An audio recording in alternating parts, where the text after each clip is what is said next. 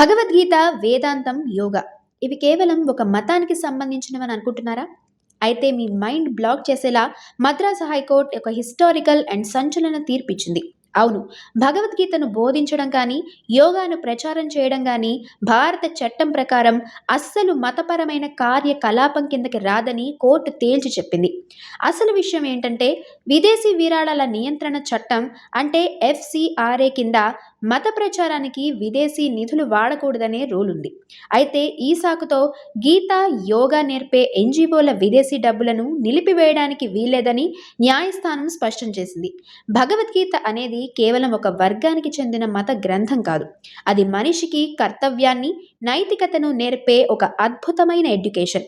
అలాగే యోగా అనేది శారీరక, మానసిక ఆరోగ్యానికి సంబంధించిన ఒక సైన్స్.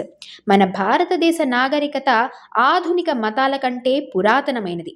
కాబట్టి మన సంస్కృతిని ప్రభుత్వం కేవలం మతం అనే చిన్న పరిధిలోకి నెట్టేయకూడదని కోర్టు క్లియర్ కట్‌గా పేర్కొంది. సామాన్యుల నుంచి మేధావుల వరకు అందరూ హర్షిస్తున్న ఈ చారిత్రాత్మక తీర్పు వీడియోను ఇప్పుడే లైక్ చేసి మీ వాట్సాప్ గ్రూప్స్‌లో అందరికీ వెంటనే షేర్ చేయండి.